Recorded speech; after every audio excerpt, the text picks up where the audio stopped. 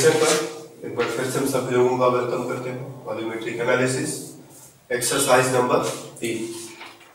और इस एक्सरसाइज में हमारे पास फिर से कुछ नए नए प्रश्न हैं जिनमें हम ये देखेंगे कि जब हमारे पास दो या दो से अधिक कंपाउंड्स का मिक्सचर आ जाता है तो उसको हम वॉल्यूमेट्रिक एनालिसिस में कैसे हैंडल करेंगे।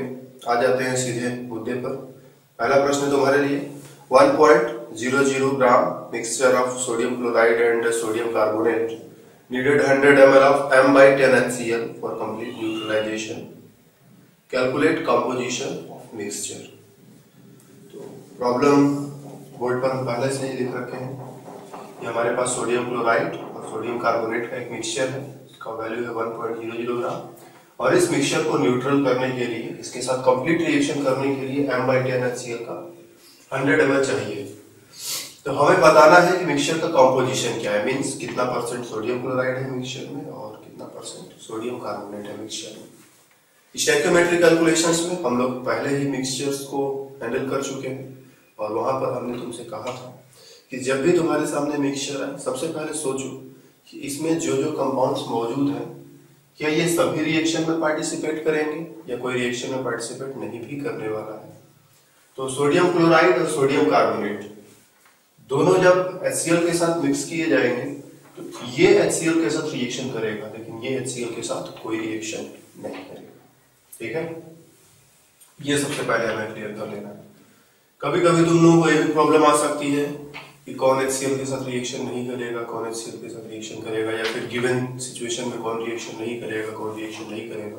वैसे तो ये पूरी तरह से एक्सपीरियंस और नॉलेज पर डिपेंड करता है, लेकिन फिर भी हम कह सकते हैं कि अगर देखो कॉमन आयन दिख जाए, जैसे यहाँ भी Cl- है, यहाँ भी Cl-, कॉमन आयन टाइप का दिख जाता है तो वो दोनों कंपाउंड्स आपस में रिएक्शन जनरली नहीं करते। ओके, क्योंकि NaCl में क्या है, Na+Cl-, HCl में क्या है, H+Cl-। अगर इसके पॉजिटिव आयन को इसके नेगेटिव आयन के साथ कंबाइन कर दे और इसके पॉजिटिव आयन को इसके नेगेटिव आयन के साथ कंबाइन कर दे तो ये पहले भी HCl था और अभी भी HCl है, ये पहले भी NaCl था और अभी भी NaCl होगा, मतलब कोई चेंज नहीं आया। तो दोनों में अगर एक आयन कॉमन है, चाहे पॉजिटिव आयन चाहे नेगेटिव आयन, तो ऐसी स्थिति में हम यही बात करके चलेंगे कि दोनों में जनरली कोई रिएक्शन नहीं होगा। ठीक है, लेकिन ये स्ट्रिक्टली केवल उन्हीं कंडीशंस के लिए अप्लाई होता है जहां पर केवल आयन एक्सचेंज हो। ये सिर्फ आयन एक्सचेंज टाइप का रिएक्शन है, जहां कुछ और भी हो रहा है वहां पर हमारा ये रूल काम नहीं करेगा। ये सिर्फ और सिर्फ वही वैल्यूड होगा जहां सिर्फ आयनिक एक्सचेंज हो रहा है। तो इस रिएक्शन में सिर्फ आयनिक एक्सचेंज हो रहा है। सोडियम आयन क्लोराइड आयन के साथ एक्सचेंज कर ले, हाइड्रोजन आयन क्लोराइड आयन के साथ एक्सचेंज कर ले, कोई फर्क नहीं पड़ेगा। सोडियम आयन क्लोराइड आयन से एक्सचेंज करेगा तो सोडियम कार्बोनेट से सोडियम क्लोराइड बन जाएगा और हाइड्रोजन क्लोराइड से हाइड्रोजन कार्बोनेट बन जाएगा। ये हाइड्रोजन इस कार्बोनेट के साथ और ये सोडियम इस क्लोराइड के साथ चला जाएगा। तो हमने ये देखा कि मिक्सचर में सिर्फ एक कंपाउंड ही HCl के साथ रिएक्शन करेगा, दूसरा वाला नहीं करेगा।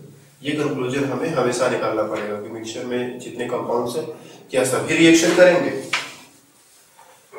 ये हमने डिसीजन ले लिया कि सिर्फ एक ही रिएक्शन करेगा। अब इसमें सोडियम कार्बोनेट का कुछ न कुछ ग्राम होगा। चलो मान लिया x ग्राम सोडियम कार्बोनेट है, तो 1 ग्राम में से x ग्राम सोडियम कार्बोनेट अगर है तो जो बच गया मतलब 1 - x ग्राम वो सोडियम क्लोराइड हो जाएगा। ये कोई रिएक्शन कर नहीं रहा है, इसीलिए इससे रिलेटेड हम कोई कैलकुलेशन कर नहीं पाएंगे। अभी ये रिएक्शन कर रहा है तो हम कहेंगे कि x ग्राम सोडियम कार्बोनेट ही इस HCl के साथ रिएक्शन कर रहा है। ठीक है, इसके साथ इसका कोई रिएक्शन नहीं कर रहा है। जो सोडियम कार्बोनेट है वही इसके साथ रिएक्शन कर रहा है। रिएक्शन कर रहा है तो दोनों के इक्विवेलेंट्स आपस में इक्वल होने चाहिए। ये ग्राम में है तो इसके लिए हम फॉर्मूला लगा देंगे वेट बाई इक्विवेलेंट वेट। और ये मोलरिटी में है तो सबसे पहले तो उसको नॉर्मेलिटी में हम कन्वर्ट कर लें। हम जानते हैं m/10 HCl को हम n/10 HCl लिख सकते हैं क्योंकि सिर्फ एक H+ देगा। मोलरिटी में 1 से मल्टीप्लाई करेंगे तो नॉर्मेलिटी भी उतना ही आ जाएगा जितना मोलरिटी। इसका इक्विवेलेंट कैसे कैलकुलेट होगा, normality into volume, volume ml में है इसीलिए 1000 से डिवाइड कर दो तो इसका इक्विवेलेंट कैलकुलेट हो गया और दोनों को हमने आपस में इक्वल किया। जितना इक्विवेलेंट इसका है उतना इक्विवेलेंट इसका भी होगा क्योंकि इन दोनों ने आपस में कंप्लीट रिएक्शन किया है। तो इसका नॉर्मेलिटी पता है, रख देंगे, वॉल्यूम पता है, रख देंगे। इसका वेट हमको नहीं पता है, इसका वेट हम नहीं रख पाएंगे, लेकिन इक्विवेलेंट वेट हम रख सकते हैं। पिछले एक्सरसाइज में और इसके भी पिछले एक्सरसाइज में, मतलब एक्सरसाइज 1 और 2 में हमने जितने भी प्रॉब्लम्स किए थे वहां पर हमको इक्विवेलेंट वेट लगाना पड़ता था मोस्टली, लेकिन यहाँ पर हमें इक्विवेलेंट वेट पता होना चाहिए। अगर हमें कंपाउंड का फॉर्मूला पता है, कंपाउंड का नेचर पता है, तो हम इक्विवेलेंट वेट बता सकते हैं। तो सोडियम कार्बोनेट का फॉर्मूला हमें पता है, हम इसकी मदद से इसका मॉलिक्यूलर वेट निकाल लेंगे। 2 सोडियम के लिए 23 × 2, कार्बन के लिए 12 और 3 ऑक्सीजन के लिए 16 × 3, सब मिलाओगे तो 106 हो जाएगा। ठीक, और जब इसको समझोगे ये रिएक्शन में करेगा क्या, ये रिएक्शन में 2 सोडियम आयन और 1 कार्बोनेट आयन देगा। ठीक है, तो 2 positive 2 negative, salt like compound है। ठीक है, 2 पॉजिटिव है 2 नेगेटिव है, ये भी रिएक्शन करेगा, ये भी रिएक्शन करेगा, इसीलिए हम इस मॉलिक्यूलर वेट को 2 से डिवाइड करेंगे। तो इक्विवेलेंट वेट जो है वो आ जाएगा, equivalent weight is equal to molecular weight by 2। ठीक है, तो इसीलिए जो है हम ये ऐसा सॉल्ट है जो इसकी वैलेंसी 2 है। ठीक है, ऐसा सॉल्ट है जिसकी वैलेंसी 2 है, 2 पॉजिटिव 2 नेगेटिव, तो बोलेंगे वैलेंसी 2 है, और इसीलिए हम मॉलिक्यूलर वेट को 2 से डिवाइड करते हैं। 106 को 2 से डिवाइड करेंगे तो हो जाएगा 53, इसका इक्विवेलेंट वेट हो जाएगा 53 यहाँ पर रख दो। ठीक है, नॉर्मेलिटी का वैल्यू रखो, वॉल्यूम एमएल में रखो, 1 2 3 रखा, चौथा कैलकुलेट हो जाएगा कि कितना ग्राम सोडियम कार्बोनेट जो है इस मिक्सचर में मौजूद है, और बाद में उसको परसेंटेज में निकाल लेंगे। तो कैलकुलेट करते हैं इसको जरा। वेट की जगह x ग्राम है, इक्विवेलेंट वेट 53, नॉर्मेलिटी की जगह 1/10, वॉल्यूम की जगह 100 डिवाइडेड बाय 1000 भी है, 2 जीरो कैंसिल हो जाएंगे।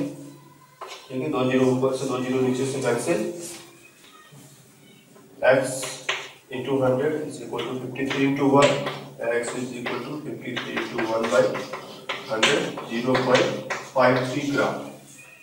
इतना ग्राम सोडियम कार्बोनेट मिक्सचर के अंदर है, और बाकी जो बच जाएगा, एक में से इसको माइनस कर दो, बाकी जो बच जाएगा वो सोडियम क्लोराइड हो जाएगा। तो इस तरह से हम दोनों का अमाउंट कैलकुलेट कर लेंगे। परसेंटेज निकालना होगा तो सपोज सोडियम क्लोराइड का है, सोडियम कार्बोनेट का परसेंटेज निकाल दें, तो percentage of sodium carbonate is equal to sodium carbonate कितना है डिवाइडेड बाय टोटल कितना है मल्टीप्लाइड 100। तो 0.53 यहाँ रख दो, टोटल है 1 ग्राम, यहाँ रखो, 100 से मल्टीप्लाई करो तो आंसर आ जाएगा 53%। इस मिक्सचर में 53% सोडियम कार्बोनेट है, और बाकी जो 47% है, टोटल 100 होता है, तो 100 में से 53 को माइनस करोगे तो 47 बचेगा, तो बाकी का जो 47% है वो सोडियम क्लोराइड होगा। तो इस तरह से हमने कॉम्पोजिशन बनाना है। हम इसको थोड़ा सा डिफरेंट अप्रोच लगा करके भी सॉल्व कर सकते हैं। ठीक है, मतलब कैलकुलेशन तो ऑलमोस्ट यही होगा, लेकिन सोचने का तरीका जो होगा थोड़ा सा अलग होगा। ठीक है, ये ध्यान में रखो, इसी को थोड़ा सा डिफरेंट स्टाइल में देखो हम कैलकुलेट करते हैं। हम सीधे सीधे इसका मिली इक्विवेलेंट निकाल लें, तो नॉर्मेलिटी इनटू वॉल्यूम कितना हो जाएगा 1/10 into 100 मींस 10 मिली इक्विवेलेंट। ओके, हम कहेंगे ये सॉल्यूशन इस मिक्सचर के साथ रिएक्शन किया है, मतलब जितना मिली इक्विवेलेंट इसमें है उतना ही मिली इक्विवेलेंट इसमें भी होना चाहिए। किस चीज का, देखिए अब प्रश्न उठता है किस चीज का। ये तो हमने क्या लिया, जितना मिली इक्विवेलेंट इसमें है उतना ही मिली इक्विवेलेंट इसमें भी होना चाहिए। अब प्रश्न उठता है किस चीज का, तो हम कहेंगे रिएक्शन तो सोडियम कार्बोनेट ने किया, तो डेफिनेटली सोडियम कार्बोनेट का ही होगा। तो जितना मिली इक्विवेलेंट इधर HCl का है उतना ही मिली इक्विवेलेंट इधर सोडियम कार्बोनेट का होना चाहिए। ओके, तो हम कहेंगे कि इस मिक्सचर में, इस 1 ग्राम मिक्सचर में सोडियम कार्बोनेट का जो मिली इक्विवेलेंट है वो है 10। अब मिली इक्विवेलेंट पता है तो इसको हम 1000 से डिवाइड कर देंगे, इक्विवेलेंट में भी कन्वर्ट हो जाएगा। तो जो इक्विवेलेंट है सोडियम कार्बोनेट का 10 डिवाइडेड बाय 1000। अब हम जानते हैं कि number of equivalents is equal to weight by equivalent weight. Okay, equivalents जो होते हैं वेट बाय इक्विवेलेंट के इक्वल होते हैं, तो वेट कितना होगा इन दोनों के मल्टीप्लिकेशन के बराबर होगा। मतलब इक्विवेलेंट जितने हैं उसमें अगर हम इक्विवेलेंट वेट से मल्टीप्लाई करते हैं तो पता चल जाएगा कितना ग्राम मटेरियल है। तो इक्विवेलेंट का पता हमें चली गया है, जस्ट इसमें सोडियम कार्बोनेट का इक्विवेलेंट वेट मल्टीप्लाई कर दो तो सोडियम कार्बोनेट का इक्विवेलेंट तो ग्राम में हो जाएगा।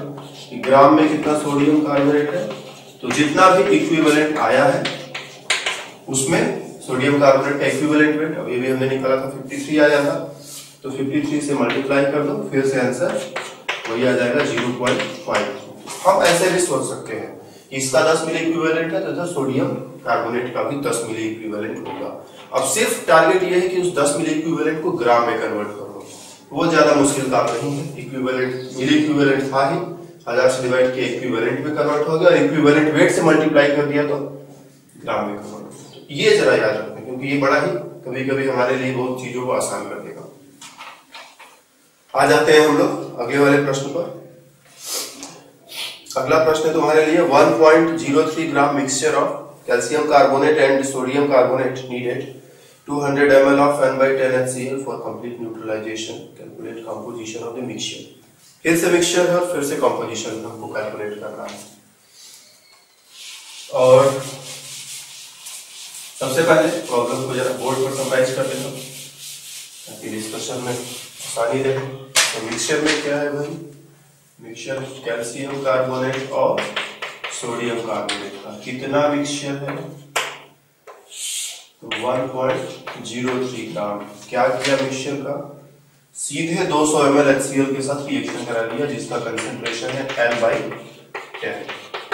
ओके, अब सबसे पहला डिसीजन हमें यह लेना है कि दोनों रिएक्शन करेंगे या सिर्फ एक रिएक्शन करेंगे। तो दोनों में कार्बोनेट आयन है, इसका भी कार्बोनेट आयन है, इसका भी कार्बोनेट आयन है। ठीक, ये दोनों ही HCl के साथ रिएक्शन करेंगे। क्या रिएक्शन करेंगे ये भी हम लिख सकते हैं।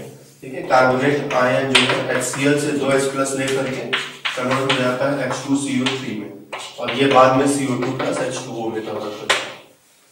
तो कार्बोनेट आयन इसमें भी है, इसमें भी है, इसलिए दोनों रिएक्शन करेंगे। करेक्ट, हम कैल्शियम को भी अगर रिएक्शन में इन्वॉल्व करना चाहें तो हम ऐसे लिख सकते हैं। ठीक है, CO3 कैल्शियम के साथ और हाइड्रोजन क्लोराइड के साथ एंड 2H+ आयन और एक कार्बोनेट आयन मिलकर के तो यही बनाएंगे। तो इतना तो लिख ही दें, CO2 + H2O और एक कैल्शियम आयन और 2 क्लोराइड आयन है तो मिलकर के कैल्शियम क्लोराइड बना देंगे। इसी तरह से जब यहाँ मैग्नीशियम होगा तो वहां पर मैग्नीशियम क्लोराइड दिखाई देगा, बाकी सब चीजें कॉमन रहेंगी। तो अब हमें इसको सॉल्व करने के बारे में सोचना है। ये तो हमने डिसाइड कर ही लिया, यहाँ से दोनों रिएक्शन करने जा रहे हैं, दोनों रिएक्शन करेंगे तो हमको अकॉर्डिंगली सोचना पड़ेगा। इस 1.03 ग्राम को हम 2 पार्ट्स में डिवाइड कर लें यहीं से। ठीक है, दोनों रिएक्शन करेंगे ये डिसाइड कर लिया और इसको 2 पार्ट्स में डिवाइड कर ले। एक पार्ट, चलो मान लिया कि इसमें जो है x ग्राम कैल्शियम कार्बोनेट का है, तो इसमें से x को माइनस कर दो, 1.03 माइनस x ग्राम जो है वो सोडियम कार्बोनेट का हो जाएगा। दोनों ने HCl से रिएक्शन किया होगा तो HCl का कुछ इक्विवेलेंट इसके साथ खर्च हुआ होगा, HCl का कुछ इक्विवेलेंट इसके साथ खर्च हुआ होगा। मतलब HCl का जो टोटल इक्विवेलेंट होगा वो इसके इक्विवेलेंट और इसके इक्विवेलेंट के टोटल के इक्वल होना चाहिए, सम के इक्वल होना चाहिए। तो इसका इक्विवेलेंट कितना हो जाएगा, x/, इसका इक्विवेलेंट वेट निकालो, कैल्शियम का मॉलिक्यूलर वेट निकालोगे तो आएगा 100 और इसको 2 से डिवाइड कर देंगे क्योंकि 2 प्लस और 2 माइनस वाला केस है। तो इक्विवेलेंट वेट हो जाएगा 50, तो 50 से डिवाइड कर दिया, ये हो गया इसका इक्विवेलेंट। इसका इक्विवेलेंट कैसे आएगा, 1.03 माइनस x। अभी हमने कैलकुलेट किया था कि सोडियम कार्बोनेट का इक्विवेलेंट वेट 53 आएगा, 53। इसका इक्विवेलेंट और इसका इक्विवेलेंट मिला करके इसके इक्विवेलेंट के बराबर होना चाहिए। इसका इक्विवेलेंट कितना हो जाएगा, नॉर्मेलिटी दिया है, वॉल्यूम दिया है, इसको 1000 से डिवाइड कर देंगे और ये हमारा इक्वेशन बन गया जिसमें सिर्फ एक क्वांटिटी अननोन है, बाकी सब कुछ पता है, सिर्फ x का वैल्यू अननोन है। इसको सॉल्व करेंगे और x का वैल्यू हम कैलकुलेट करके ला देंगे। तो सॉल्व करते हैं तुम्हारे लिए थोड़ा सा इन दोनों को आपस में मल्टीप्लाई करते हैं, तो इसका मल्टीप्लाई करते हैं, इसको यहाँ मल्टीप्लाई करते हैं, तो 50 × 1.03 minus 50x it is equal to, कुछ जीरोज कैंसिल करा देते हैं, 2/100 एंड 53x में से 50x चला जाएगा, कितना हो जाएगा, 3x बच जाएगा। कहाँ लिख दें, 3x और ये वाला पार्ट तो बचा हुआ है, प्लस 50 इंटू 1.03 डिवाइडेड बाई नीचे क्या है 53 है, और 53 इंटू 50 है, और इस साइड में ये वाला पोर्शन बचा है 2/100। तो अब क्या करना चाहिए हमें, एक काम तो ये करा सकते हैं कि 50 से इस 100 को कैंसिल करा सकते हैं। बहुत सारे बच्चे इस 50 से इस 50 को कैंसिल कराने लगते हैं, तो जरा ध्यान दो, ये वाला 50 वाले 50 को कैंसिल नहीं कर सकते, ठीक है। तो इस 50 से इस 100 को हम 2 बार में कैंसिल करा दें, 2 से इसको भी कैंसिल करा दिया, अभी 1/1 हो गया। नाउ क्रॉस मल्टीप्लाई करो, तो 3x प्लस 50 इंटू 1.03 इसको मल्टीप्लाई करके हम लिख देते हैं, यहाँ पर कितना हो जाएगा, 50 इंटू 3 होता है 150, 0 ले लिया, बच गया 15 इंटू 0 होगा, 0 प्लस 15 15 हो जाएगा, फिर बच गया 8, 50 इंटू 1 50 प्लस 1 51, और 2 पॉइंट को डेसिमल लगा दिया तो इतना आ जाएगा 51.50। और इधर क्या है हमारा, नीचे की तरफ 53 है और इधर 1/1 है। एक बार क्रॉस मल्टीप्लाई कर लेते हैं, तो ये 53 हो जाएगा,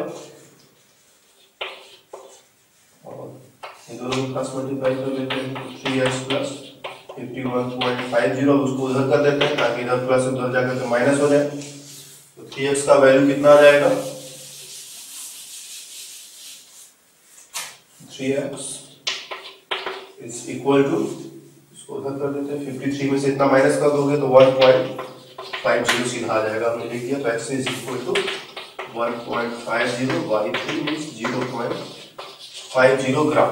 ये हमारा कैल्शियम कार्बोनेट कितना है, उतना ग्राम। तो इसमें से उसको माइनस कर दो, जो बच जाएगा वो सोडियम कार्बोनेट हो जाएगा, और बाद में चलो परसेंटेज में इसको कन्वर्ट कर दो। क्वेश्चन सॉल्व हो गया। और अगला प्रश्न है तुम्हारे लिए कि 4.0 ग्राम mixture of sodium chloride and sodium carbonate was dissolved in water to prepare 250 ml solution. 25 ml of this solution needed. 50 ml of n/10 HCl for complete reaction. Calculate composition of the mixture. चलो, कुछ भी करने से पहले board पर जरा इस problem को समराइज कर लिया जाए, फिर देखते हैं कि कैसे होगा। हमारे पास मिक्सचर है सोडियम क्लोराइड का एंड सोडियम कार्बोनेट का। मिक्सचर का टोटल है 4.0 ग्राम, और मिक्सचर का किया क्या है, इसको कहीं रिएक्शन नहीं कराया है, सबसे पहले पानी में घोल दिया है, और पानी में घोल करके 250 ml सोल्यूशन बनाया है। फिर इस सोल्यूशन का क्या किया कि इसमें से 25 ml लिया है, और उस 25 ml को न्यूट्रल करने के लिए खर्च हो रहा है n/10 HCl का 50 ml खर्च हो रहा है। और प्रॉब्लम फिर से वही है, हमारा टारगेट फिर से पुराना ही है कि हमें कैलकुलेट करना है कि यहाँ पर इसका कॉम्पोजिशन क्या होगा। तो इसमें कुछ खास नया है नहीं, अगर पुराना एक्सपीरियंस यूज करो तो तुम लोग इसको खुद से सॉल्व कर सकते हो। फिर भी चलो एक बार हम थोड़ा गाइड कर देते हैं कि कैसे कैसे करना है। तो सबसे पहले ये डिसीजन लेंगे क्या दोनों रिएक्शन करेंगे कि एक रिएक्शन करेगा। तो आंसर है कि ये नहीं करेगा रिएक्शन, सिर्फ ये करेगा। अभी हमने थोड़ी देर पहले देखा। फिर क्या 4.0 ग्राम पूरा का पूरा रिएक्शन में इन्वॉल्व किया गया है? आंसर है नहीं, 4.0 ग्राम नहीं इन्वॉल्व किया गया है। इसको सोल्यूशन बनाया गया है 250 ml, और 250 ml में से सिर्फ 25 ml रिएक्शन में पार्टिसिपेट कर रहा है। ठीक है, इसके अंदर दोनों है, लेकिन 4.0 ग्राम टोटल नहीं है। इसको पानी में घोला घोल करके सोल्यूशन बनाया 250 ml, और इसमें से 250 ml में 4 ग्राम मिक्सचर मौजूद है, तो डेफिनेटली 25 ml में कम होगा। तो सिर्फ 25 ml जो है HCl के साथ रिएक्शन कर रहा है। तो हम यहाँ से सीधे सीधे कह रहे हैं कि दोनों के अंदर दोनों एक दूसरे से कंप्लीट रिएक्शन कर रहे हैं, तो जितना इक्विवेलेंट इधर है उतना इक्विवेलेंट इधर भी होना चाहिए। इसका मिली इक्विवेलेंट यहाँ से सीधे हम निकाल लेते हैं, 1/10 इंटू 50 आ गया 5 मिली इक्विवेलेंट। तो इसमें भी 5 मिली इक्विवेलेंट होना चाहिए, लेकिन किस चीज का? जिसने रिएक्शन किया उसके साथ, ठीक है। कौन रिएक्शन किया? Sodium carbonate. तो 25 ml में अगर 5 मिली इक्विवेलेंट है तो 250 ml में कितना मिली इक्विवेलेंट होगा हम आसानी से कैलकुलेट कर सकते हैं। सीधे 10 गुना कर देते हैं, कोई मैथमेटिक्स भी हम नहीं अप्लाई कर रहे, लॉजिक सीधा। ये 10 गुना हो रहा है तो ये भी 10 गुना हो जाएगा, तो हम कैलकुलेट करके दिखा सकते हैं कि 250 ml में 5 का 10 गुना होता है 50 मिली इक्विवेलेंट। क्या है? Sodium carbonate. इसको हम ग्राम में कन्वर्ट कर सकते हैं। मिली इक्विवेलेंट को सबसे पहले हम 1000 से डिवाइड कर लें ताकि ये इक्विवेलेंट हो जाए, और अब इसमें हम इसके इक्विवेलेंट वेट से मल्टीप्लाई कर रहे हैं। इक्विवेलेंट वेट है 53 सोडियम कार्बोनेट के लिए, तो ये हो गया हमारा ग्राम में। इसको सॉल्व कर लेंगे तो 50 into 53 कितना आ जाएगा? 3 गुणे 5 0 से 0 कैंसिल करा देते हैं, 3 गुणे 5 15 हो जाएगा, बच गया 1, 5 गुणे 5 25 और 26 डिवाइडेड बाय 100 है, तो 2.65 ग्राम, मतलब 2.65 ग्राम इसके अंदर सोडियम कार्बोनेट। 4 ग्राम के अंदर इतना ही ग्राम सोडियम कार्बोनेट होगा। ओके, तो जो बच गया 4 में से उसको माइनस कर दो, जो बच गया वो सोडियम क्लोराइड हो जाएगा। उसके बाद परसेंटेज निकालना तुम्हारे लिए बड़ी बात नहीं होनी चाहिए। ओके, आ जाते हैं फिर से एक नए क्वेश्चन पर, और इस बार प्रश्न तुम्हारे लिए 1.22 ग्राम for mixture of sodium carbonate and potassium carbonate was dissolved in water to prepare 100 ml solution. 20 ml of this solution required 40 ml of 0.1 normal HCl for neutralization. Calculate weight of sodium carbonate in the mixture. And another 20 ml of this solution was heated in excess of barium chloride. Calculate weight of precipitate obtained. Barium का atomic weight भी दिया हुआ है 137।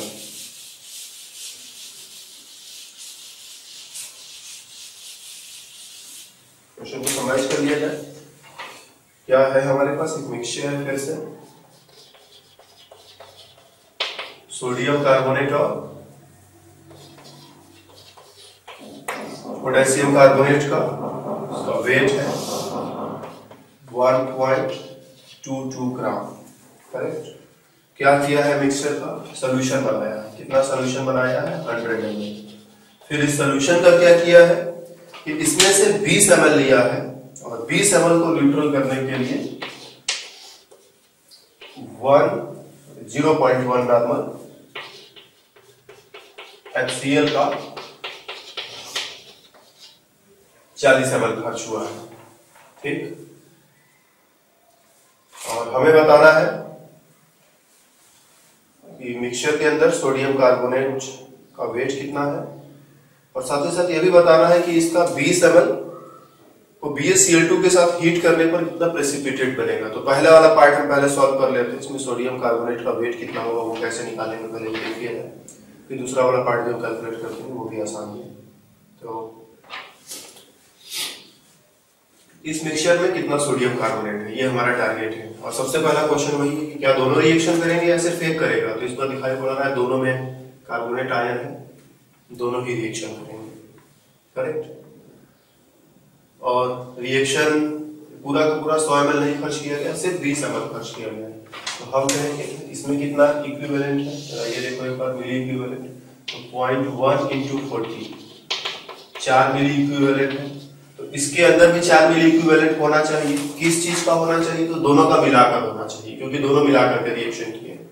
ठीक, तो इसके अंदर total 4 मिली equivalent है। तो 20 ml में अगर 4 मिली इक्विवेलेंट है तो 100 ml में कितना रहा होगा, हम आसानी से मैथमेटिकली कैलकुलेट कर सकते हैं। ये 5 गुना हो रहा है तो इसको भी 5 गुना कर दो, 4 में 5 से मल्टीप्लाई करोगे तो 20 हो जाएगा। मतलब इसके अंदर जो है तुम्हारा 20 मिली इक्विवेलेंट कैलकुलेट कर सकते हो कि 20 ml में अगर 4 मिली इक्विवेलेंट मिक्सचर घुला हुआ है, तो 100 ml में कितना होगा, 20 मिली इक्विवेलेंट होगा। तो हमने इस मिक्सचर का अमाउंट इक्विवेलेंट पे पता कर लिया, और ग्राम में हमें पहले से दिया हुआ है कि मिक्सचर का ग्राम में अमाउंट कितना इतना है, इक्विवेलेंट में कितना है हमने इतना पता कर लिया, मिली इक्विवेलेंट। अब इन दोनों को इक्वल करो, ठीक है। इक्वल करने के लिए क्या कहेंगे, हम कहेंगे चलो सोडियम कार्बोनेट मान लिया जो है x ग्राम है, तो पोटेशियम कार्बोनेट कितना हो जाएगा, 1.22 माइनस x ग्राम हो जाएगा। इसको इक्विवेलेंट्स में कन्वर्ट करो, इसका इक्विवेलेंट वेट जो भी होता है उसे मल्टीप्लाई डिवाइड कर दो, तो सोडियम कार्बोनेट का इक्विवेलेंट वेट हमने अभी निकाला था 53। पोटेशियम कार्बोनेट का निकाल लेते हैं, पोटेशियम का एटॉमिक वेट होता है 39 दो बार, और इस कार्बोनेट में कार्बन का 12, ऑक्सीजन का 16 इंटू 3 48, तो ये मिलाकर हो गया 60 और ये मिलाकर हो गया 78। दोनों डिवाइड कर दो, 8 6 12 13 138 है, और इसमें 2 + 2 माइनस है, इसलिए 2 से डिवाइड कर देंगे इसको। जब इसको हम 2 से डिवाइड कर देंगे इसका आधा हो जाएगा, कितना हो जाएगा, 2 से 6 बार में कट जाएगा, और 1 और 9 69 आ जाएगा। 69 से हमने इसको डिवाइड कर दिया। तो इसका इस मिक्सचर में जो है x gram sodium carbonate, 1.22 minus x gram potassium carbonate था, इसको भी इक्विवेलेंट में कन्वर्ट किया, इसको भी इक्विवेलेंट में कन्वर्ट किया, और दोनों का इक्विवेलेंट मिला करके इसके इक्विवेलेंट के बराबर होना चाहिए। ये मिली इक्विवेलेंट में है, इसको 1000 से डिवाइड कर दो ताकि ये भी इक्विवेलेंट में कन्वर्ट हो जाए। अब इसको इसके इक्वल कर दो, एक सिंपल सा इक्वेशन बन गया है। इसको सॉल्व करो, यदि हमने ऐसा इक्वेशन सॉल्व करके तुम्हें दिखाया है, तो ऐसा इक्वेशन सॉल्व करो और x का वैल्यू पता करो, और पता चल जाएगा कि कितना सोडियम कार्बोनेट इसके अंदर है। जब एक बार सोडियम कार्बोनेट पता चल गया तो हम दूसरा वाला भी कैलकुलेट कर सकते हैं कि कितना इसके अंदर पोटेशियम कार्बोनेट है, तो ये वाला पार्ट हो जाएगा। अब देखो इसमें दूसरा पार्ट है प्रॉब्लम में, another 20 ml of the solution was heated in excess of BaCl2, calculate weight of precipitate obtained। अगला वाला पार्ट क्या कह रहा है उसका, इसको हम मिटा रहे हैं। कह रहा है कि सॉल्यूशन में से 20 ml फिर लिया गया, और इस 20 ml को एक्सेस BaCl2 के साथ हमने रिएक्शन कराया। रिएक्शन में होगा क्या कि इसका कार्बोनेट आयन और इसका बेरियम आयन, इसका कार्बोनेट आयन और इसका बेरियम आयन मिल करके बेरियम कार्बोनेट बनाते हैं, ठीक है। हम रिएक्शन ऐसा लिख सकते हैं, CO3 minus minus plus barium ion, दोनों ने मिल करके बेरियम कार्बोनेट बनाया है, जो पानी में घुलता नहीं है, और नहीं घुलता है तो नीचे डिपॉजिट हो जाएगा, जिसे हम कहेंगे प्रेसिपिटेट। तो हमें यह पता करना है कि अगर 20 ml सोल्यूशन यहां से ले करके उसको बेरियम क्लोराइड के एक्सेस के साथ रिएक्शन कराएंगे तो कितना प्रेसिपिटेट बनेगा। तो डेफिनेटली जितना कार्बोनेट रहेगा उतना ही बेरियम कार्बोनेट बनेगा। ये एक्सेस में है, ठीक है, ये खत्म होगा नहीं, यही खत्म हो जाएगा। जब ये खत्म होगा तो इसका बनना रुक जाएगा। जितना कार्बोनेट होगा, या बोलो जितना इक्विवेलेंट कार्बोनेट होगा उतना ही इक्विवेलेंट बेरियम कार्बोनेट होगा, ठीक। यहाँ पर एक चीज हम तुमको और बता रहे हैं, अभी तक हमने कहा था कि अगर दो मटेरियल्स आपस में रिएक्शन कर रहे हैं, करेक्ट, तो जितना इक्विवेलेंट इसका खर्च होगा उतना इक्विवेलेंट इसका खर्च होगा। अब हम कह रहे हैं कि अगर एक मटेरियल से दूसरा मटेरियल बन रहा है तो जितना इक्विवेलेंट इसका खर्च होगा उतना इक्विवेलेंट इसका भी बनेगा, ठीक है। ये भी ध्यान रखना, इक्विवेलेंट कॉन्सेप्ट का यही सबसे अच्छा पार्ट है कि हमको ज्यादा माथापच्ची नहीं करना होता। जितना इक्विवेलेंट इसका खर्च होगा उतना इक्विवेलेंट इसका भी खर्च होगा, और उतना ही इक्विवेलेंट इसका भी बनेगा। तो अगर हमें किसी एक का भी इक्विवेलेंट पता चल जाए तो बाकी किसी का भी हम आसानी से कैलकुलेट कर सकते हैं। तो हम जानते हैं, हम पहले ही कैलकुलेट कर चुके हैं 20 ml सोल्यूशन के लिए। 20 ml सोल्यूशन के अंदर 4 मिली इक्विवेलेंट है। 4 मिली इक्विवेलेंट किसका है? जिसने रिएक्शन किया है, ठीक। तो हम ये भी कह सकते हैं कि 4 मिली इक्विवेलेंट इन दोनों का मिला करके है, या फिर हम सिर्फ ये भी कह सकते हैं कि 4 मिली इक्विवेलेंट कार्बोनेट आयन का है, क्योंकि रिएक्शन में तो सिर्फ carbonate ion he really participate कर रहा है। सोडियम वोडियम उसी तरह से पड़े रहते हैं, ठीक है। रिएक्शन का जो असली मटेरियल है वो कार्बोनेट आयन है। कार्बोनेट आयन ही H+ आयन के साथ यहाँ पर कंबाइन होता है, तब H2CO3 बनता है, जो डिकम्पोज होकर H2 और CO2 बनता है। तो हम सीधे सीधे कहेंगे ये 4 मिली इक्विवेलेंट जो है इन दोनों के मिक्सचर का है। और हम ये भी कह सकते हैं कि 4 मिली इक्विवेलेंट मतलब 4 मिली इक्विवेलेंट कार्बोनेट आयन इसके अंदर मौजूद है, हम ऐसा भी कह सकते हैं। ओके, और अगर मान लो वैसे नहीं भी कह पाते तब भी कोई फर्क नहीं पड़ता। चलो मान लिया 4 में से कुछ मिली इक्विवेलेंट जो है सोडियम कार्बोनेट के लिए होगा और कुछ मिली इक्विवेलेंट पोटेशियम कार्बोनेट के लिए होगा। तो जितना मिली इक्विवेलेंट सोडियम कार्बोनेट के लिए होगा उतना ही मिली इक्विवेलेंट कार्बोनेट आयन के लिए होगा, जितना मिली इक्विवेलेंट पोटेशियम कार्बोनेट के लिए होगा उतना ही मिली इक्विवेलेंट कार्बोनेट आयन के लिए होगा। इन दोनों का टोटल 4 था तो इन दोनों का टोटल भी 4 आ जाएगा। तो हम ऐसे भी कह सकते हैं कि 4 मिली इक्विवेलेंट मींस सीधे सीधे 4 मिली इक्विवेलेंट कार्बोनेट आयन लिख सकते हैं। ओके, तो ये हमें ध्यान देना है कि हम पहले डिसाइड कर चुके हैं कि 20 ml के अंदर 4 मिली इक्विवेलेंट मटेरियल मौजूद है। किस चीज का मौजूद है? इन दोनों का मिक्सचर। या फिर हम ये भी कह सकते हैं कि 4 मिली इक्विवेलेंट कार्बोनेट आयन है, और अगर 4 मिली इक्विवेलेंट कार्बोनेट आयन है तो उससे 4 मिली इक्विवेलेंट बेरियम कार्बोनेट भी मिलेगा। और ध्यान रखिए हम सारा कैलकुलेशन सिर्फ 20 ml के लिए कर रहे हैं, 100 ml के लिए नहीं कर रहे हैं, क्योंकि प्रश्न में 20 ही ml के लिए पूछा गया है।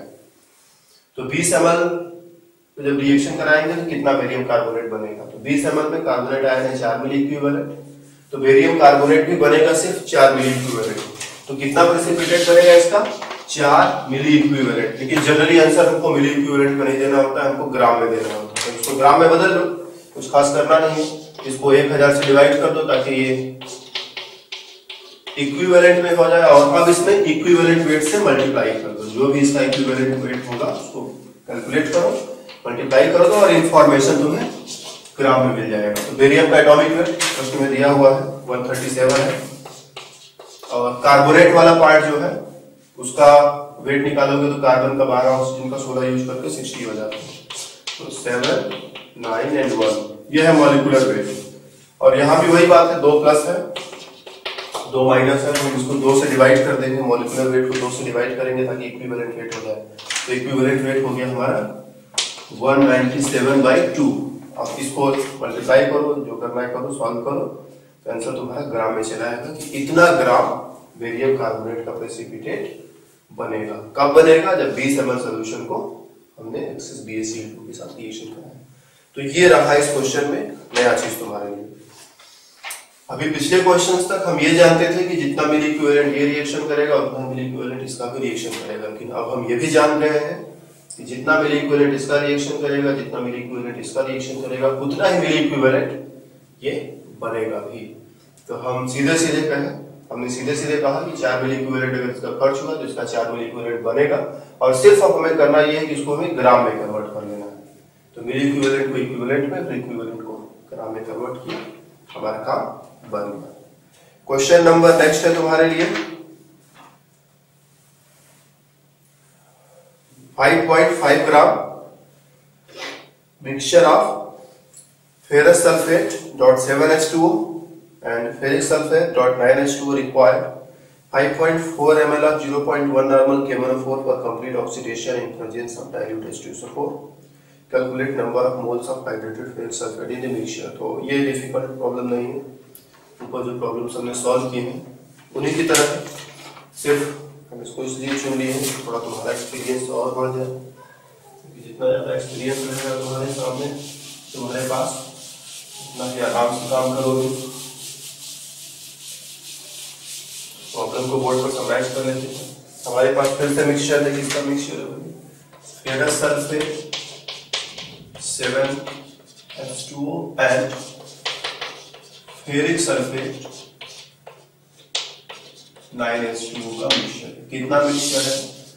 5.5 ग्राम मिक्सचर है। और इस मिक्सचर का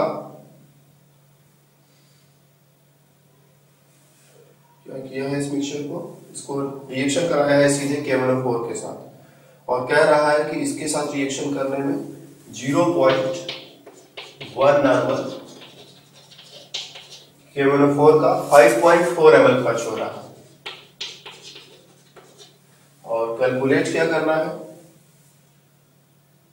कैलकुलेट करना है moles of hydrated ferric sulphate की मिक्सचर में इसका मोल कितना है, तो निकाल लेंगे, ज्यादा मुश्किल नहीं है। ओके, तो चलो आ जाते हैं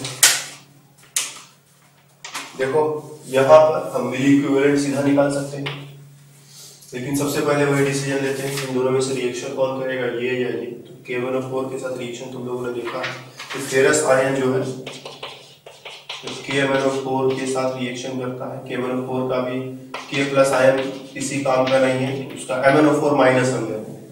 एसिडिक मीडियम में जब रिएक्शन होता है तो Iron+2 से Iron+3 बनता है। यहाँ पे Iron+2 रहेगा, Iron+3 बन जाएगा। Iron+3 रहेगा तो उसको कुछ नहीं होगा।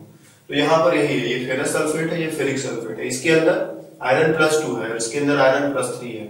तो Iron+2 वाला जो है कोई रिएक्शन नहीं करने जा रहा है, सॉरी Iron+3 वाला कोई रिएक्शन नहीं करने जा रहा है।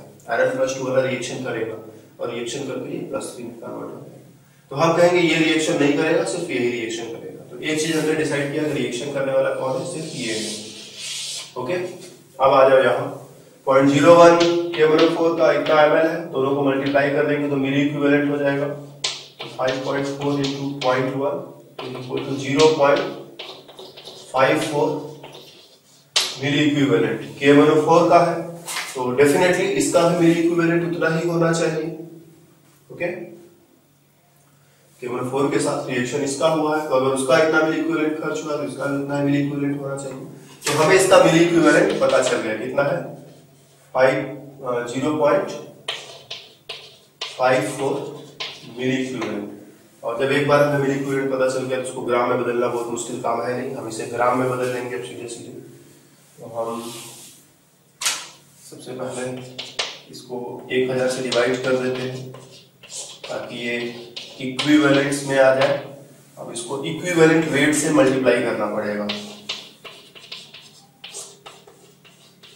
पहले इसका मॉलिक्यूलर वेट पता करो। आयरन का होता है 56, सल्फेट में सल्फर का 32, ऑक्सीजन का 16 यूज करोगे तो पूरे सल्फेट का हो जाएगा 96। एक वाटर मॉलिक्यूल होता है 18, तो 7 वाटर मॉलिक्यूल्स के लिए 18 को 7 से मल्टीप्लाई कर दो, कितना होता है 126 आता है। तो 7 वाटर मॉलिक्यूल्स के लिए 126, 6 6 6 18 बच गया 1 2 1 3 9 3 12 5 17 बच गया 1 1 2। तो 278 जो है इसका मॉलिक्यूलर वेट है।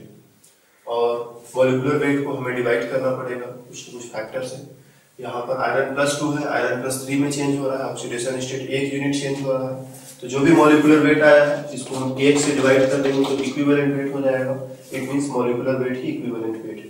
तो इक्विवेलेंट वेट हमें पता चल गया, जस्ट इसको यहाँ मल्टीप्लाई कर दो तो 278, करेक्ट। तो ये निकल गया इतना ग्राम ये है।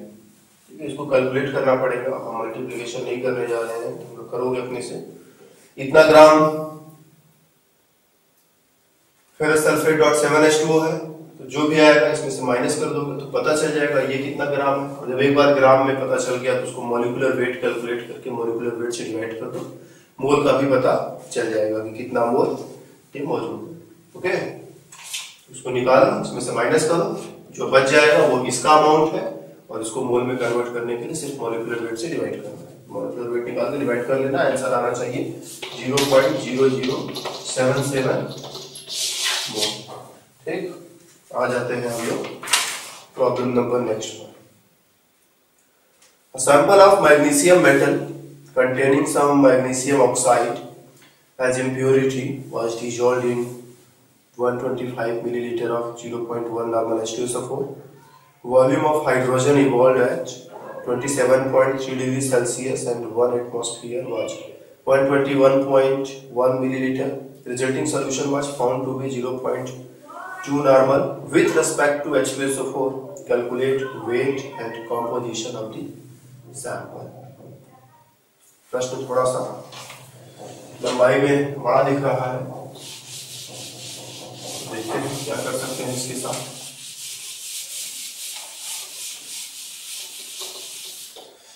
पहले बोर्ड पर समराइज कर लें।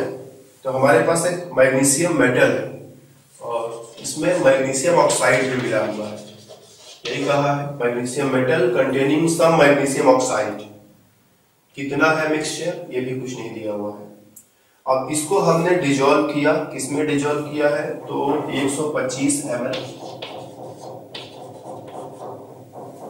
0.1 नॉर्मल H2SO4 में इसको हमने डिजोल्व कर दिया है। ओके, और ऐसा करने पर हाइड्रोजन गैस बना है, और हाइड्रोजन गैस जो बना है उसका वॉल्यूम दिया हुआ है तुम्हें 27.3 डिग्री सेल्सियस, और 1 एटमॉस्फेरिक प्रेशर के ऊपर इसका वॉल्यूम है 120.1 मिलीलीटर। करेक्ट। अब इन दोनों को मिलाने पर जो रिजल्टिंग सॉल्यूशन बना है उस सॉल्यूशन का नॉर्मलिटी दिया है, रिजल्टिंग सॉल्यूशन का नॉर्मलिटी दिया हुआ है 0.2 normal with respect to H2SO4, मतलब H2SO4 के लिए। करेक्ट। और हमें क्या कैलकुलेट करना है? Calculate weight and composition. इसका वेट क्या है, वेट भी कैलकुलेट करना है, कॉम्पोजिशन भी कैलकुलेट करना है, कितना परसेंट ये कितना परसेंट ये। वेट कैलकुलेट कर लेंगे तो कॉम्पोजिशन तो हो ही जाएगा, क्योंकि वेट कैलकुलेट करने के लिए हमें दोनों का वेट अलग अलग कैलकुलेट करके ऐड करना पड़ेगा। कॉम्पोजिशन अपने आप बन जा रहा है। चलो वेट निकालते हैं। कैसे निकालेंगे, क्या क्या स्ट्रेटजी लगाएंगे, देखेंगे। पहले दोनों रिएक्शन कर रहे हैं कि एक रिएक्शन कर रहा है। तो हम देख रहे हैं मैग्नीशियम और मैग्नीशियम ऑक्साइड दोनों ही रिएक्शन कर रहे हैं। पता नहीं तुम्हें दिख रहा है कि नहीं।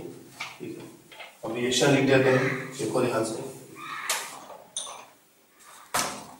मैग्नीशियम का जब किसी भी एसिड के साथ रिएक्शन होगा तो मैग्नीशियम जो है HCl हो, H2SO4, HNO3 हो, कोई भी एसिड हो तो रिएक्शन करेगा और हाइड्रोजन गैस डिस्प्लेस करेगा। Magnesium sulphate plus hydrogen gas.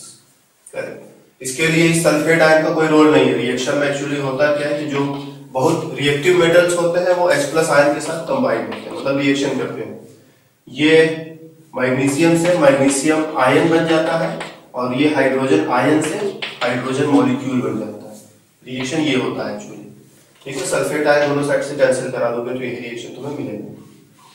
तो ऐसे समझ लो, ऐसे समझ लो, जैसे समझना है वैसे समझ लो, लेकिन ध्यान ये देना है कि मैग्नीशियम जब भी रिएक्शन करेगा हाइड्रोजन गैस रिलीज होगा। हम मोल में भी बात कर सकते हैं। इस बैलेंस इक्वेशन के अकॉर्डिंग 1 मोल मैग्नीशियम से 1 मोल हाइड्रोजन बनता है।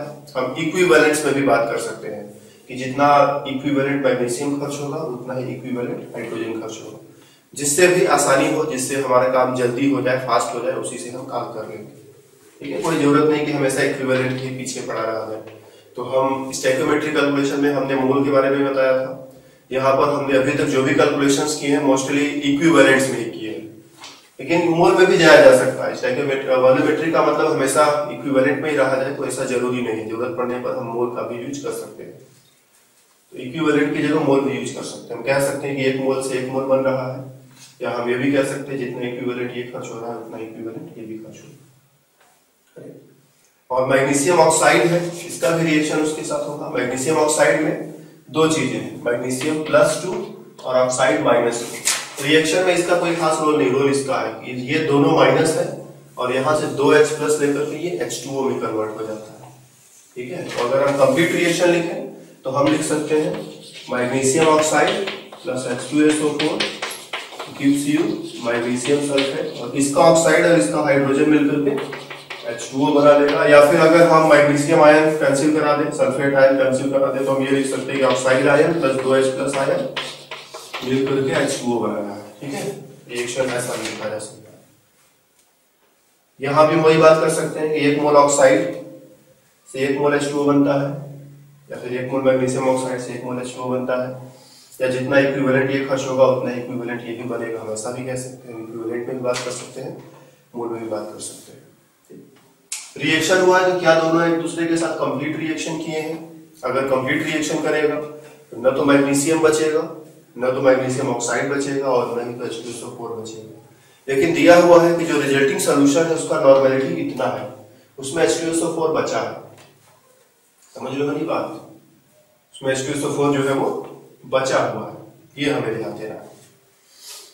और H2SO4 बचा है मतलब पूरी तरह से H2SO4 जो यहाँ पर मौजूद है उनके साथ रिएक्शन नहीं किया। तो सबसे पहले चलो हम यही कैलकुलेट करते हैं कि कितना H2SO4 बचा है।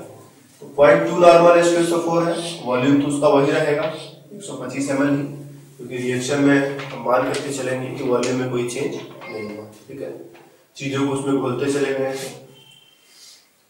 तो हम मान लेते हैं वॉल्यूम में कोई चेंज नहीं हुआ है, बस कंसंट्रेशन पहले जो गाढ़ा था अभी वो हल्का हो गया, ज्यादा कंसंट्रेट था अभी डाइल्यूट हो गया। तो 0.2 नॉर्मल 125 ml के साथ अगर हम मिला दें तो कितना मिली इक्विवेलेंट हो जाएगा यहाँ पर 0.2 into 125, 125 को 2 से मल्टीप्लाई करोगे, लगता है कुछ गड़बड़ है, 0.02 नॉर्मल है ये, ठीक है, 0.02 नॉर्मल, 0.02 नॉर्मल को जब 125 ml से मल्टीप्लाई करोगे तो 125 को 2 से मल्टीप्लाई किया तो 250 आएगा, और 250 में 2 अंकों पर डेसिमल लगा दोगे तो 2.50 मिली इक्विवेलेंट H2SO4 यहाँ पर बचा हुआ है। यहाँ कितना मिली इक्विवेलेंट था ये भी कैलकुलेट कर लेते हैं। तो 125 को हमने 0.1 से मल्टीप्लाई कर दिया और ये हो गया 12.5 मिली इक्विवेलेंट। तो 12.5 मिली इक्विवेलेंट यहाँ था और 2.5 बचा हुआ है, तो कितना खर्च हुआ हम ये बता सकते हैं। इसको यहाँ से माइनस कर देंगे, तो 12.5 में से 2.5 को माइनस करेंगे तो आंसर आएगा सीधा सीधा 10 मिली इक्विवेलेंट। मतलब 10 मिली इक्विवेलेंट जो है इनके साथ रिएक्शन किया, करेक्ट।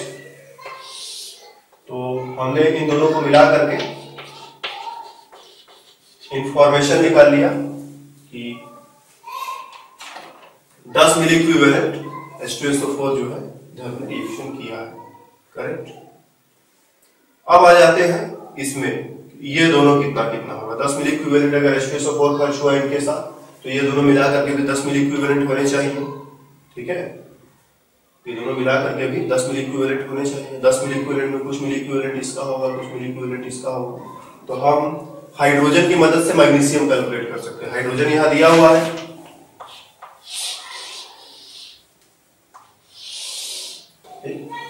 इस हाइड्रोजन की मदद से हम मैग्नीशियम को कैलकुलेट कर लेंगे। हाइड्रोजन का टेम्परेचर भी दिया है, प्रेशर भी दिया है, वॉल्यूम भी दिया है। PV = NRT तो लोगों ने गैसियस स्टेट में पढ़ा हुआ है, इसका यूज करो तो N = PV/RT। ओके, प्रेशर रखोगे 1 एटमॉस्फेयर, वॉल्यूम जो है लीटर में कन्वर्ट करके रखोगे। R का वैल्यू जब इसको एटमॉस्फेयर में रखा है, इसको लीटर में रखा है, तो R का वैल्यू जो है 0.0821 एटमॉस्फेयर लीटर पर मोल पर केल्विन रख दोगे। टेम्परेचर यहां पर दिया हुआ है, इसमें 273 ऐड करोगे ताकि ये जो है केल्विन में कन्वर्ट हो जाए। 273 ऐड कर दोगे इसको तो हो जाएगा 300.3 केल्विन। टेम्परेचर की जगह 300.3 केल्विन रखोगे, वॉल्यूम की जगह इसको रखोगे लीटर में कन्वर्ट करके, प्रेशर की जगह इसको रखोगे, सब कैलकुलेट करोगे तो मोल तुम्हें पता चल जाएगा कि हाइड्रोजन कितना मोल बना है। ये कैलकुलेशन हमने किया है और करके हमारा आंसर आया है। अब इसमें सब कुछ रख के कैलकुलेट करोगे तो 0.0049 मोल जो है हाइड्रोजन का बना है। तो ये चीज थोड़ा ध्यान रखना होगा, जब भी कोई गैस तुम्हें इस तरह से दे दिया जाए कि इतने प्रेशर, इतने टेम्परेचर पर इतना वॉल्यूम है, तो उसका मोल ऐसे कैलकुलेट किया जा सकता है, ठीक है। ये चीज का तुम्हें ध्यान रखना पड़ेगा। हाइड्रोजन जितना मोल बना है हम कह सकते हैं मैग्नीशियम भी उतना ही मोल रहा होगा। ओके, जितना मोल हाइड्रोजन बना है उतना ही मोल मैग्नीशियम रहा होगा। इस रिएक्शन की मदद से हम कह सकते हैं। तो मैग्नीशियम का मोल हमें पता चल गया कि मैग्नीशियम उतना मोल है, और मैग्नीशियम के लिए हम जानते हैं इसका एटॉमिक वेट है 24, ठीक। तो एक मोल जो है 24 ग्राम होगा, तो उतना मोल कितना होगा उसमें मॉलिक्यूलर वेट से मल्टीप्लाई कर देंगे। तो मैग्नीशियम का मोल हमें पता चला 0.0049 है, और इसको हमें ग्राम में कन्वर्ट कर लेना है, नॉट डिफिकल्ट। और मोल में ये पता हो गया है, और इसको हम लोग मल्टीप्लाई कर देंगे इसके एटॉमिक वेट से, तो ये ग्राम में कन्वर्ट हो जाएगा। और ये इंफॉर्मेशन हमने फिर से कैलकुलेट किया है मल्टीप्लाई करके, तो ये आया है 0.1176 ग्राम आया है, मतलब इतना ग्राम मैग्नीशियम है। तो एक पार्ट तो शायद इसका सॉल्व हो गया। ये पूछा इसमें कितना मैग्नीशियम था, नहीं वेट पूछा मिक्सचर का, तो हमने इसका वेट निकाल लिया, इसका भी वेट अभी निकालना पड़ेगा। चलो वो भी निकाल लेते हैं, कोई मुश्किल नहीं। तो हम जानते हैं कि 10 मिली इक्विवेलेंट H2SO4 इसके साथ रिएक्शन किया, 10 मिली इक्विवेलेंट में कुछ मिली इक्विवेलेंट इसका रहा होगा, कुछ मिली इक्विवेलेंट इसका रहा होगा, और एक बार जब हमें मोल पता चल जाए, ग्राम पता चल जाए, कुछ भी पता चल जाए, तो इसको हम इक्विवेलेंट या मिली इक्विवेलेंट में कन्वर्ट कर सकते हैं। करेक्ट। तो कैसे करेंगे हम ग्राम से भी काम कर सकते हैं। ओके, ग्राम को अगर हम इक्विवेलेंट वेट से डिवाइड कर दे मैग्नीशियम के, इक्विवेलेंट्स का पता चल जाएगा, या फिर हम सीधे मोल से भी काम कर सकते हैं। हम कहेंगे कि इस रिएक्शन में हो क्या रहा है, मैग्नीशियम से मैग्नीशियम +2 बन रहा है, इसीलिए इसका जो मोल होगा, एक मोल जो है 2 इक्विवेलेंट के बराबर होगा। जब भी कभी ऐसा सिचुएशन आता है मैग्नीशियम से मैग्नीशियम +2 बनेगा, तो हम कहेंगे कि एक मोल जो है 2 इक्विवेलेंट के बराबर है। कोई कंपाउंड है वो 2H+ आयन दे दिया, तो हम बोलेंगे कि एक मोल जो है 2 इक्विवेलेंट के बराबर है। कोई कंपाउंड है जो 3H+ आयन दे दिया, तो बोलेंगे एक मोल जो है 3 इक्विवेलेंट के बराबर है। तो जो अकेला मॉलिक्यूल या अकेला एटम जितने पॉजिटिव जितने नेगेटिव आयन दे देता है डायरेक्टली, हम कह देते हैं कि वही जो है उसका इक्विवेलेंट भी हो जाएगा। तो हमें यहाँ पर देखना पड़ेगा, हम कहेंगे कि मैग्नीशियम जो है इसका एक मोल 2 इक्विवेलेंट है। थोड़ी देर के लिए इधर हम क्लीन करें, ये सब तो हो चुका है, अब इन सब की हमें कोई आवश्यकता नहीं है। कैसे कैसे हमने किया, तो हमने हाइड्रोजन का मोल निकाला और कहा कि इस रिएक्शन के अकॉर्डिंग जितना मोल हाइड्रोजन का है उतना ही मोल मैग्नीशियम का होगा, और उस मोल को फिर हमने ग्राम में कन्वर्ट कर दूसरा ग्राम निकल गया। और अभी हमें मैग्नीशियम ऑक्साइड के बारे में सोचना है।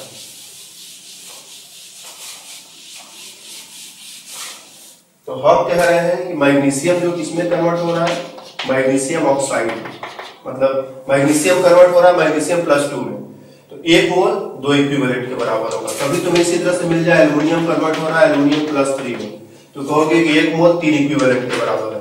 कभी मिल जाए ऑक्सीजन से बन रहा है O2 पर 2 माइनस, तो कहोगे कि यहाँ से 2 नेगेटिव हो गया, तो एक मोल जो है 2 इक्विवेलेंट के बराबर है। कभी मिल जाए ऑक्सीजन से 2 ऑक्साइड आयन, तो एक ऑक्साइड आयन पर 2 नेगेटिव, 2 ऑक्साइड आयन पर 4 नेगेटिव है, तो कहोगे इसका एक मोल जो है 4 इक्विवेलेंट के बराबर है। तो इन सब का ध्यान रखना होगा कि किसी मटेरियल का एक मोल कितने इक्विवेलेंट के बराबर होता है। एसिड टाइप का है, जैसे HCl है, एक H+ आयन दे रहा है, तो एक मोल एक इक्विवेलेंट के बराबर होगा। H2SO4 है, 2H+ आयन दे रहा है, तो एक मोल इसका जो है 2 इक्विवेलेंट के बराबर होगा। तो इसी कॉन्सेप्ट का यूज करके हम कह रहे हैं मैग्नीशियम का मोल तो हमें पता चल ही गया है, और हम जानते हैं मैग्नीशियम के लिए एक मोल 2 इक्विवेलेंट है, तो इसको भी डबल कर दो, जितना मोल है उसको डबल कर देंगे, तो ये हो जाएगा 0.0098 इक्विवेलेंट। और जब इक्विवेलेंट हो चुका है तो मिली इक्विवेलेंट निकालना हमारे लिए मुश्किल नहीं है, इसमें 1000 से मल्टीप्लाई कर दो, ठीक है, 1000 से मल्टीप्लाई कर दोगे तो 0.9, 1000 से मल्टीप्लाई करेंगे तो डेसिमल यहाँ यहाँ यहाँ आ जाएगा, 9.8 मिली इक्विवेलेंट हो जाएगा। करेक्ट, मिली इक्विवेलेंट इसलिए किया क्योंकि ये मिली इक्विवेलेंट है। तो 10 मिली इक्विवेलेंट H2SO4 खर्च हुआ है, उसमें से कुछ इसके साथ कुछ इसके साथ। मैग्नीशियम का मिली इक्विवेलेंट कितना है, 9.8। इट मींस कि 10 में से 9.8 मैग्नीशियम के साथ खर्च हुआ होगा, तो बाकी जो बच गया है 0.02, 10 में से इसको माइनस करो तो बच जाएगा 0.02, वही है मैग्नीशियम ऑक्साइड का मिली इक्विवेलेंट। ठीक है, और इसका जब हमको मिली इक्विवेलेंट पता चल चुका है 0.02 मिली इक्विवेलेंट, इसको 1000 से डिवाइड कर दो ताकि ये इक्विवेलेंट में कन्वर्ट हो जाए, और इक्विवेलेंट वेट से मल्टीप्लाई कर दो तो इसका मॉलिक्यूलर वेट निकालो। मैग्नीशियम का एटॉमिक वेट होता है 16, ऑक्सीजन 24, और ऑक्सीजन का एटॉमिक वेट होता है 16, तो मॉलिक्यूलर वेट हो गया 40। 2 प्लस है 2 माइनस है, तो 2 से डिवाइड करेंगे, इक्विवेलेंट वेट हो जाएगा 20, इसमें 20 से मल्टीप्लाई कर देंगे, ग्राम में कन्वर्ट हो जाएगा, तो 0.02 by 1000 into 20, ये हो गया ग्राम में। तो इसका भी ग्राम निकल गया, इसका भी ग्राम निकल गया। अब हम परसेंटेज चाहे तो आसानी से निकाल सकते हैं। मिक्सचर का वेट पूछा था तो इसको ऐड कर दो, मिक्सचर का वेट पता चल जाएगा कितना वेट है टोटल मिक्सचर का। कंपोजिशन क्या है मिक्सचर का, तो अब टोटल मिक्सचर पता चल ही गया है, इतना प्लस इतना है, टोटल में इतना है मैग्नीशियम और उतना है मैग्नीशियम ऑक्साइड, तो दोनों में से किसी का भी परसेंटेज तुम आसानी से निकाल सकते हो। ठीक है, तो इस तरह से ये प्रश्न हमने लगाया। ये प्रश्न कुछ ज्यादा ही लंबाई इसकी ज्यादा थी, बहुत सारा चीज हमको इसमें करना पड़ा, हमको कई इक्वेशंस लिखने पड़े, मोल को भी इक्विवेलेंट में बदलना सिखाया हमने यहाँ पर, कि हम मोल को डायरेक्ट इक्विवेलेंट में कैसे बदल देते हैं। तो जैसा मटेरियल उसके हिसाब से हम देख लेते हैं कि उसका एक मोल कितने इक्विवेलेंट के बराबर होगा। ये एक मोल 2 इक्विवेलेंट, एक मोल 3 इक्विवेलेंट, एक मोल 2 इक्विवेलेंट, एक मोल 4 इक्विवेलेंट, एक मोल 1 इक्विवेलेंट, एक मोल 2 इक्विवेलेंट, इन सब का थोड़ा सा ध्यान रखना है। इस एक्सरसाइज को अब यहीं पर हम खत्म करते हैं। मिक्सचर्स को कैसे हैंडल करते हैं हमें उम्मीद है कि तुम लोग सीख गए हो। फिर से मिलेंगे अभी हम एक बार और वॉल्यूमेट्रिक एनालिसिस में, क्योंकि अभी भी वॉल्यूमेट्रिक एनालिसिस की सारी बातें हम पूरी तरह से कर नहीं पाए। इसमें और भी चीजें, इस पर अभी हमें और भी बात करनी होगी। तो वॉल्यूमेट्रिक के अगले एक्सरसाइज में हम फिर से मिलेंगे।